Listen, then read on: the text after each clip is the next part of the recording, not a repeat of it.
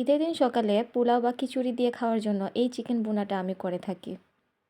Normal chicken ভুনা থেকে এই রান্নাটা একটু ভিন্ন। নর্মাল চিকেন ভুনা থেকে এটা একটু ডিফারেন্ট চিকেন ভুনা, যার কারণে স্বাদটা একটু বেশি আসে। আমি তেলের মধ্যে দিয়ে দেবো সব ধরনের গোটা মশলা। তারপর দিয়ে দিব পেঁয়াজ কুচি। পেঁয়াজ কুচিটাকে আমি একটু বাদামি করে ভাজবো। বাদামি করে ভাজার পরে আমি চিকেনের টুকরোগুলো দিয়ে দিব।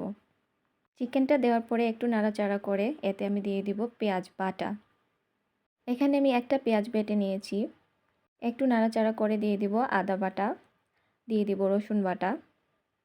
আদা আর রসুন বাটা দিয়ে একটু নাড়াচাড়া করে দিব স্বাদ মতো লবণ। লবণটা দেওয়ার পরে 5 মিনিট একটু কষিয়ে নিব।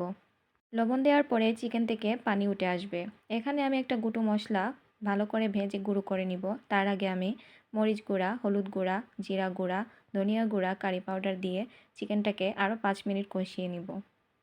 এই চিকেন ভুনাটার মধ্যে আমি কোনো প্রকার পানি ইউজ করব না। দিয়ে দিব টমেটো কেচাপ, দিয়ে দিব টক দই। এই দুইটি উপকরণ দিয়ে 5 থেকে 6 মিনিট আমি ভালো করে চিকেনটাকে কষিয়ে নিব।